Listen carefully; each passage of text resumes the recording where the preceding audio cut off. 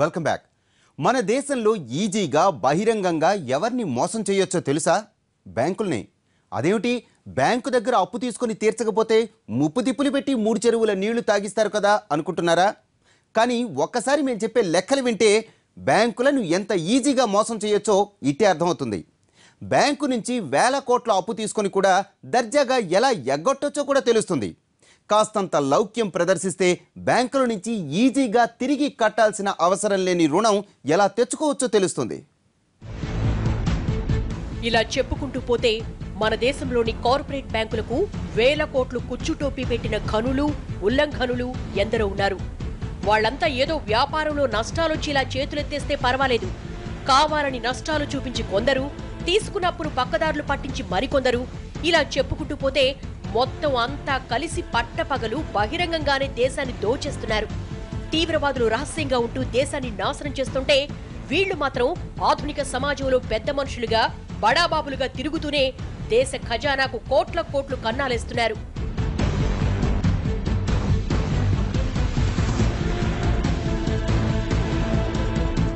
పెద్దోళ్లు తింటే పలహారం, చిన్నోళ్లు తింటే చిరుతిండి.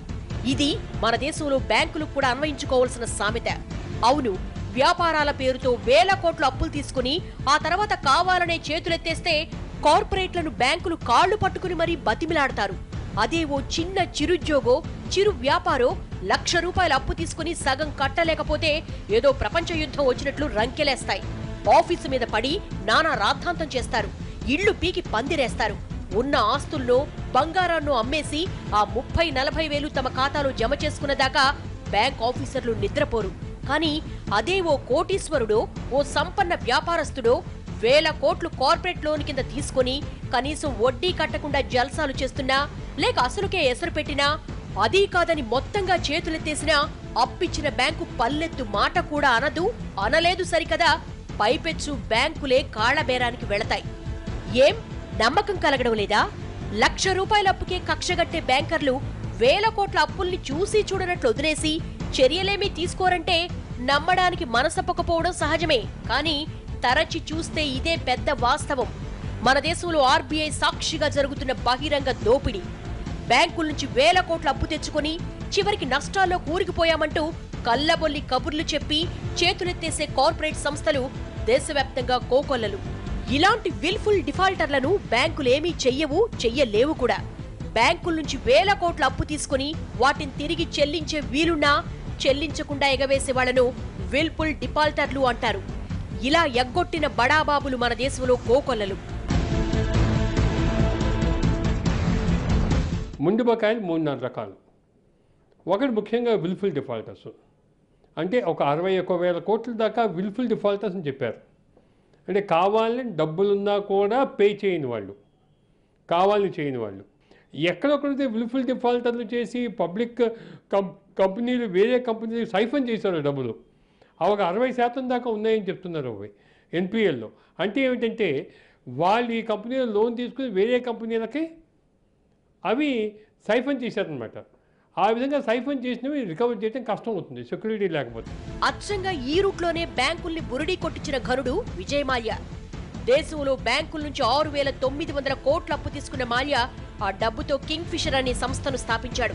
ఆ తరువాత ఆ డబ్బును ఐపీఎల్లోనూ ఇన్వెస్ట్ చేశాడు. చివరికి ఏమైంది? 5 ఏళ్లు తిరగకుండానే ఆ సంస్థకు నష్టం రావడంతో చేతులెత్తేశాడు. బ్యాంకులకు రూపాయి కూడా కట్టకుండా, ఆఖరికి ఉద్యోగులకు జీతాలు కూడా ఇవ్వకుండా తప్పించుకున్నాడు. ఇక ఐపీఎల్లో కూడా తన కింగ్ ఫిషర్ టీం మునిగిపోవడంతో మొత్తం నష్టాలొచ్చాయన్నాడు.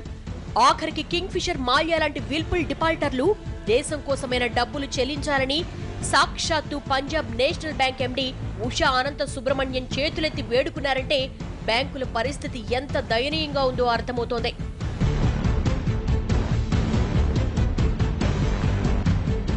అది wilful defaulter. Kingfisher is a clear wilful default. ఆయనకు ఆస్తులు ఉన్నాయి, పే చేయాలంటే పే చేయొచ్చు, పే చేయలేదు. పర్సనల్ గ్యారంటీ కూడా ఉంది. ఐపీ పెట్టాలి ఆయన. ఐపీ పెట్టాలంటే ఆ చెక్కు కూడా చెల్లదనమాట. అంటే ఐపీ అంటే 7 సంవత్సరాలు సివిల్ డెత్. దానికి కూడా విజయ్ మల్లయ్య రెడీ అయిపోయి డిఫాల్ట్ అయ్యాడు. అంటే పాయింట్ ఏమిటంటే ఇలా విల్ఫుల్ డిఫాల్టర్లను తప్ప అదర్వైజ్ రికవరీ అయ్యే అవకాశం ఉంటుంది. కింగ్ ఫిషర్ లో ప్రమోటర్లు తనఖా పెట్టిన షేర్లను విక్రయిస్తే అవి 1000 కోట్లు వచ్చాయి. ఇందులో ప్రమోటర్ల వాటాలు పోగా బ్యాంకులకు మిగిలింది రవ్వంతే. ఇంత పబ్లిక్ గా బ్యాంకులను దోచేసిన విజయ్ మాల్యా ఇప్పుడు దర్జాగా బయట తిరుగుతున్నాడు. అమ్మాయిలతో ఎంజాయ్ చేస్తున్నాడు. కానీ వాణ్ణొక్క మాట అనే ధైర్యం ఎవ్వరికీ లేదు. యునైటెడ్ బ్రేవరేజెస్ కంపెనీ లాభాల్లో ఉన్నా, దానికి వేల కోట్ల ఆస్తులున్నా వాటిలో ఒక్క రూపాయి టచ్ చేయలేవు. ఎందుకంటే అవి కార్పొరేట్ రూల్స్ కాబట్టి. అవేంటో విజయ్ మాల్యాకు బాగా తెలుసు కాబట్టి.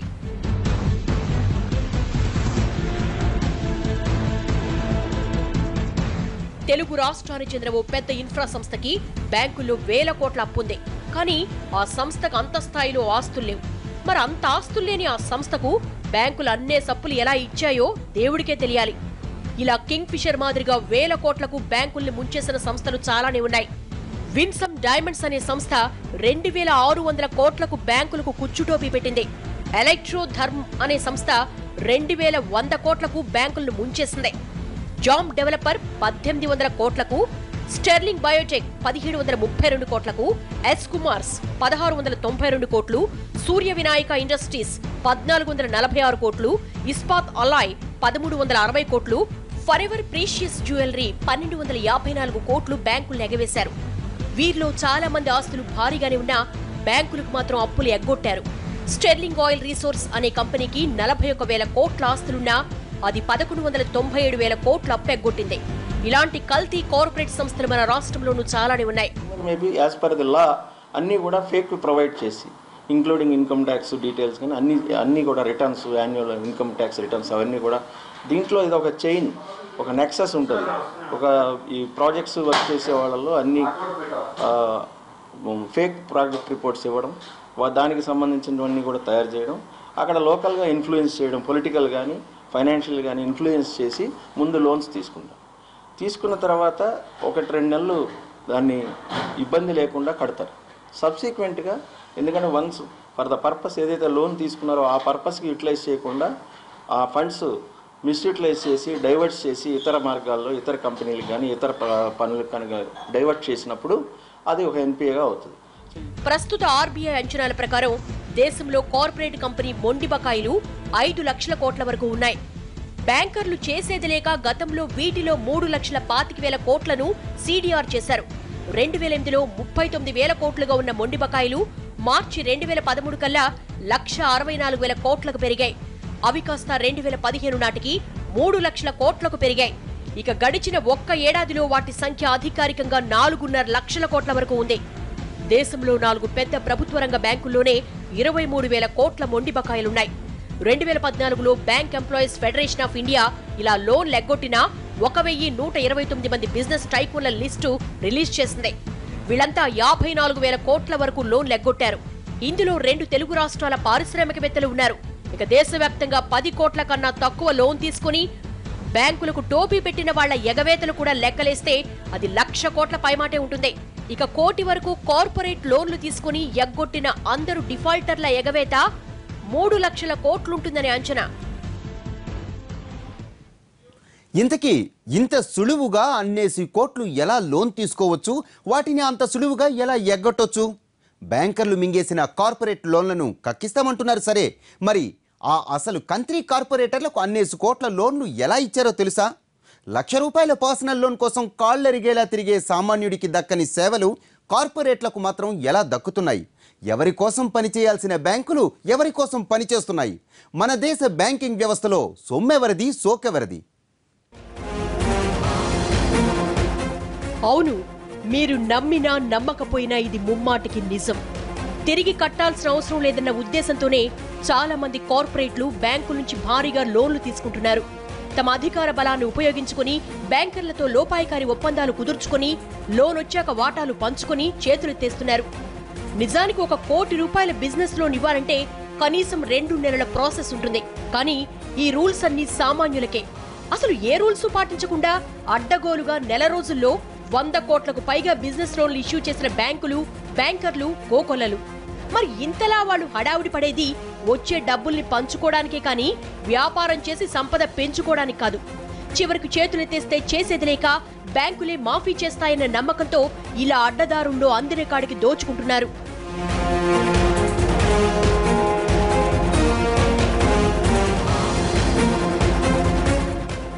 అప్పు అప్పు తీసుకుంటే మాఫీ చేస్తారన్న నమ్మకంతోనే కార్పొరేట్లు బ్యాంకుల నుంచి కోట్లకు కోట్లు అప్పులు తీసుకుంటున్నాయి. వాళ్లకు అప్పు ఇవ్వడానికి ఎన్ని రూల్స్ ఉన్నాయో, వాళ్ళ అప్పు తీర్చకుండా ఎలా తప్పించుకోవచ్చో తెలుసు కాబట్టే కొందరు బ్యాంకర్లు వారితో చేతులు కలుపుతున్నారు. అంటే ఇందులో లోన్ తీసుకున్న కార్పొరేట్ల కన్నా ఇచ్చిన బ్యాంకర్లదే పెద్ద తప్పు. నిజానికి మాఫీ చేయించుకునే అవకాశం రాజకీయ పార్టీలను తాము డబ్బుతో నడిపించగలమన్న ధైర్యంతోనే బడా కార్పొరేట్ కంపెనీలు కూడా బ్యాంకుల నుంచి దర్జాగా అప్పులు తీసుకుంటున్నాయి.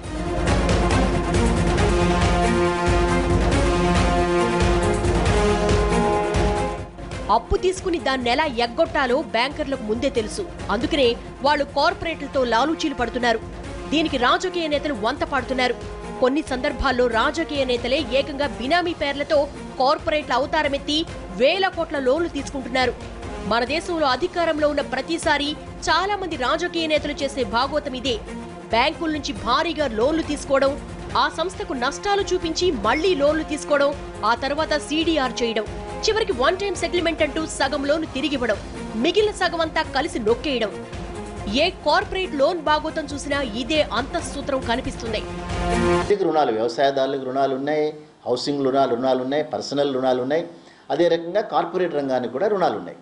బట్ ఇక్కడికి వచ్చేటప్పటికి కార్పొరేట్ రంగం చాలా ఎక్కువ మొత్తంలో బ్యాంకులను ఉపయోగించుకుని లక్షలు వేల కోట్ల రూపాయలు, లక్షల కోట్ల రూపాయల రుణాలు తీసుకుని చివరికి నేను చేసేటటువంటి బిజినెస్ లాభసాటిగా లేదు, గ్లోబల్ ఎకానమీ అనేటటువంటిది బిజినెస్కి సరైనటువంటి మద్దతు ఇవ్వటం లేదు, ఇండియన్ ఎకానమీ డెవలప్ అవ్వటం లేదు, గ్రోత్ రేట్ లేదు అనేటటువంటి వితండ వాదనలు, అనవసరమైన వాదనలు పిక్చర్లోకి తీసుకుని వచ్చి నేను లోన్ రీపే చేయాల్సిన అవసరం లేదు అని చెప్పి వాదిస్తున్నాయి. వాటికి వత్తాసుగా కొన్ని పొలిటికల్ పార్టీసు, ఆఖరికి ప్రభుత్వం కూడా వాటికి వత్తాసుగా నిలబడుతున్నాయి. ఇలా బ్యాంకర్లతో కుమ్మక్కై రాయల్ గా తీసుకున్న లక్షల కోట్ల కార్పొరేట్ లోన్లలో 4.5 లక్షలకు పైగా దోచేశారు విల్ఫుల్ డిఫాల్టర్లు. పరిశ్రమలు పెట్టేసి సంపదను వృద్ధి చేస్తామని, దేశాన్ని అభివృద్ధి చేస్తామని నమ్మబలికి లక్షల కోట్ల అప్పనంగా దోచేస్తున్నారు. ఈ కార్పొరేట్ దోపిడీ ఎంత దర్జాగా సాగుతుందో చూస్తే ప్రతి ఒక్కరికి కళ్ళు బైర్లు కమ్ముతాయి. దీనికి మనం ఎక్కడి వరకు వెళ్లాల్సిన పనిలేదు. తెలుగు రాష్ట్రాల ఉమ్మడి రాజధాని హైదరాబాద్ నడిబొడ్డున ఉన్న ఓ హోటల్ ఈ కార్పొరేట్ లోన్ల బాగోతానికి మౌన సాక్ష్యంగా నిలుస్తూ వస్తోంది.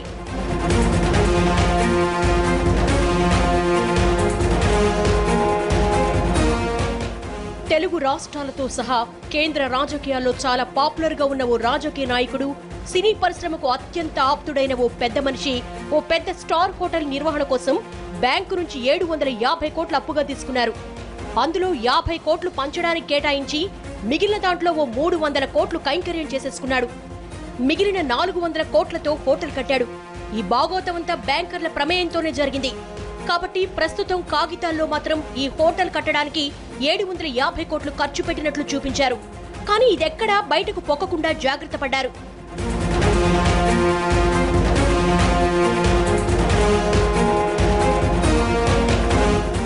వాస్తవానికి హోటల్ మీద తీసుకున్న అప్పుకి నెలకు 20 కోట్ల వడ్డీ కట్టాలి. కానీ ఇప్పటి వరకు ఈ హోటల్ 30% బిజినెస్ చేసినట్లు కూడా ఎరగదు. ఇంకా చెప్పాలంటే మొదలు పెట్టిన రోజు నుంచే నష్టాలు మూటగట్టుకుంటూ వస్తోంది. కానీ ఇప్పటి వరకు ఒక్క రూపాయి కూడా తిరిగి కట్టలేదు.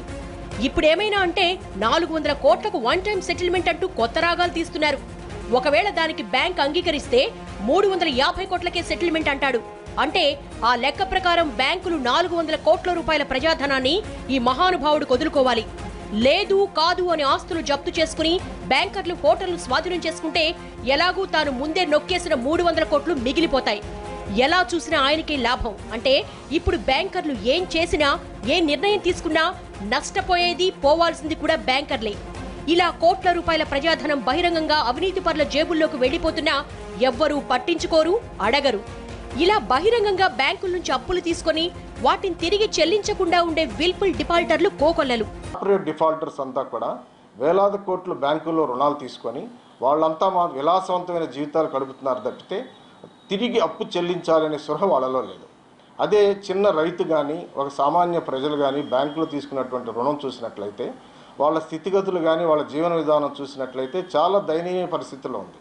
అదే బ్యాంకులో ఉన్నటువంటి కార్పొరేట్ విల్ఫుల్ డిఫాల్టర్స్ చూసినట్లయితే వాళ్ళ జీవన విధానం, వాళ్ళ సోషల్ లైఫ్, వాళ్ళ జీవితం చాలా విలాసవంతమైన జీవితం. నిజంగా వాళ్ళ అప్పులు కట్టలేనటువంటి పరిస్థితుల్లో బ్యాంకులకు ఉన్నట్లయితే అలాంటి విలాసవంతమైన జీవితం వాళ్ళు గడపరు. కారణం ఏ పర్పస్ కోసం అయితే బ్యాంకులు ఈ రుణాలు ఇచ్చిందో వాళ్ళు ఆ పర్పస్కి వాడకుండా, ఆ ఇండస్ట్రీస్ని స్థాపించకుండా, దానికి సరైనటువంటి ప్రొడక్షన్ చేయకుండా ఈ డైవర్షన్ ఆఫ్ ఫండ్స్, ముఖ్యంగా డైవర్షన్ ఆఫ్ ఫండ్స్ చేయటం వల్ల అటు ఇండస్ట్రీస్లో నుంచి ప్రొడక్షన్ రావటం లేదు, ఎంప్లాయ్మెంట్ జనరేట్ అవ్వటం లేదు.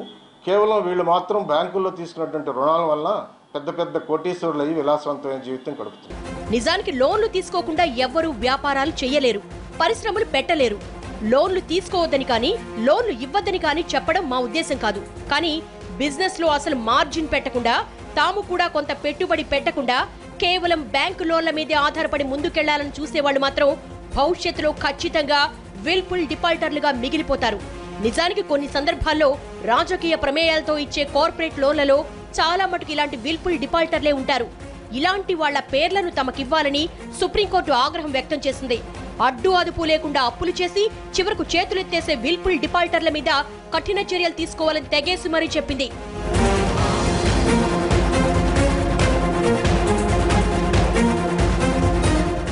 వాస్తవానికి బ్యాంకర్లకు ఒక కార్పొరేట్ విల్ఫుల్ డిఫాల్టర్ గా మారతాడో లేదో ముందే తెలిసిపోతుంది. అయినా సరే వాళ్ళిచ్చే కమిషన్లకు కక్కుర్తిపడి లోన్లు ఇచ్చేస్తారు. ఉదాహరణకు ఒక పారిశ్రామికవేత్త 6,000 కోట్ల అప్పు తీసుకుంటాడు. దీనిలో ఎలాంటి మార్జిన్ ఉండదు. దీనికి నెలకు 15% చొప్పున 90 కోట్లు వడ్డీ కట్టాలి. అంటే రోజుకు 3 కోట్ల రూపాయలు వడ్డీ అవుతుంది. కానీ ఏడాది వరకు కంపెనీకి ఎలాంటి ఆదాయము రాదు. అంటే దాదాపు 900 కోట్లు మొదటి ఏడాది వడ్డీకి బకాయి మిగిలిపోతుంది.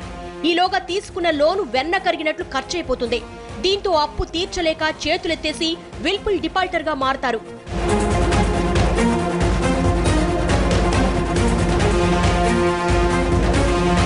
అయితే 6 నెలలకోసారి రివ్యూ చేసే బ్యాంకులు నష్టాల్లో ఉన్న అదే కంపెనీకి కన్సార్టియం కింద మరింత లోన్ ఇస్తాయి.